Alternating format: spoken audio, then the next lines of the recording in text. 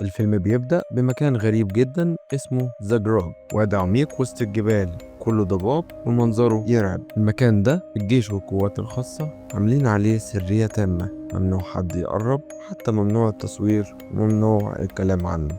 الناس بتقول اللي بينزل جواه ما بيرجعش أبدا.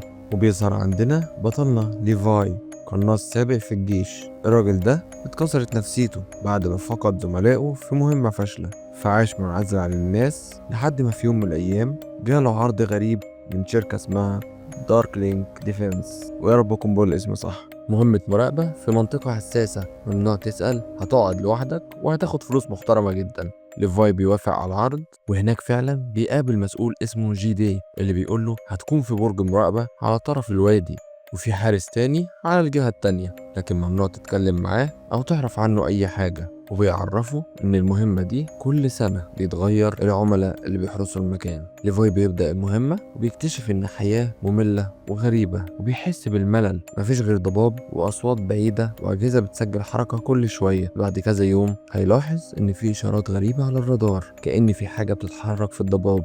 وفي الجهة التانية من الوادي بنشوف دراسة دكتورة وباحثة في علم الأعصاب، شكلها هادي بس جواها وجع كبير. هي كمان في نفس المهمة، لكن محدش قايل لها ايه اللي بتحرسه بالظبط. ولكن مع مرور الوقت الوحدة بتكسرهم هما الاتنين، فبيبدأوا يبعتوا لبعض إشارات خفيفة، ملاحظات مكتوبة وإشارات ضوء، وبعدها صوت بسيط في اللاسلكي. العلاقة بين ليفاي ودراسة بتبدأ تتحول من فضول لحوار، ومن حوار لمشاعر حقيقية. وسط كل ده بيبدأ يحصل شيء غريب، أصوات بتتكرر في نفس الوقت كل يوم، والضباب بيتحرك كأنه حي، وأجهزة الإنذار بتسجل وجود كائنات مش بشرية. بيحصل هجوم من الكائنات دي، اللي بيطلع ليفاي ويبتدي يتعامل معهم بالسلاح. وكمان دراسة بتحاول تساعده وتمسك رشاش كبير وتحاول تحمي الجدار من ناحيته،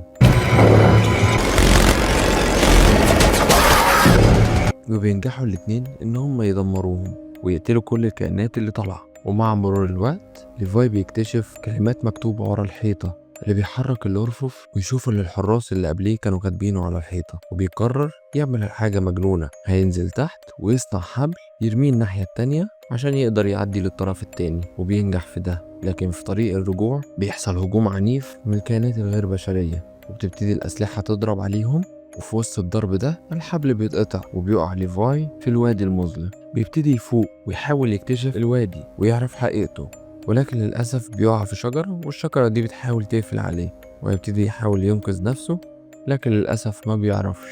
واللي هنلاقي دراسة نطت وراه عشان تنقذه، وأول ما تنزل تحت وتحاول تنقذ نفسها وتنجح في ده، بس للأسف الحبل اللي هي نازلة بيه هيقع منها في المية، وهتسمع صوت ضرب نار اللي هتجري على مكانه وتنقذ ليفاي.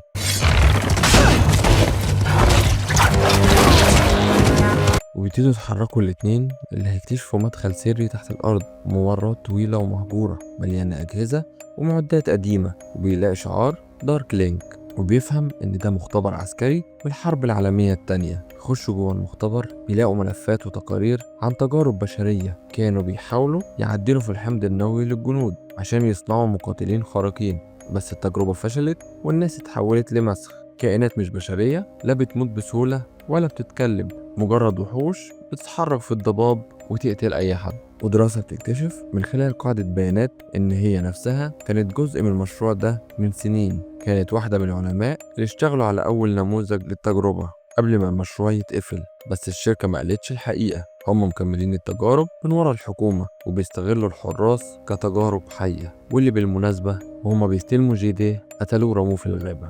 ليفاي بيفهم إن هما الاتنين مجرد أدوات، وإن في أمر سري اسمه ستري دوج بروتوكول بيتفعل أوتوماتيك لو المكان ده اتفضح أو فقدوا السيطرة عليه. بمعنى أصح المكان كله هيتنسف.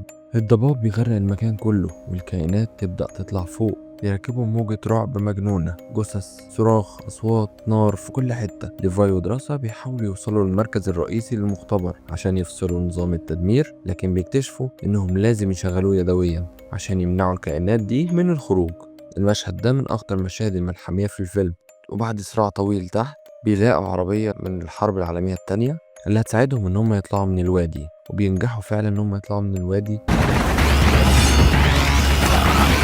وبيرجع ليفاي على مكانه في الجانب التاني. وبتبتدي تتصل عليه الرئيسة بتاعته اللي كلفته بالمهمة، وتعرف إن هو نزل تحت واكتشف اللي هما بيعملوه، جاهز لخطة تانية ويبتدي يسعى عشان يفجر المكان ويهرب. بعد الانفجار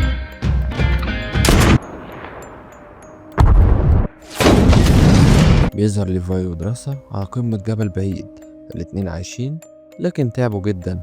بيبصوا للوادي من بعيد وهو بقى رماد، بس الكاميرا بتقرب على الضباب وهو بيرجع يتحرك ببطء وكأن اللعنة لسه ما خلصتش. ليفاي بيبص لها ويقول لها احنا قفلنا البوابة بس الجحيم جوه كل واحد فينا. الفيلم بيخلص على المشهد ده، وساعتها تفهم ان القصة مش عن الوادي، القصة عن البشر نفسهم، عن الوحدة، عن التجارب وبس. وكده يكون خلصنا الفيلم. الفيلم فكرته غريبة جدا ومميزة، بيجمع بين الرعب النفسي والاكشن والدراما الانسانية.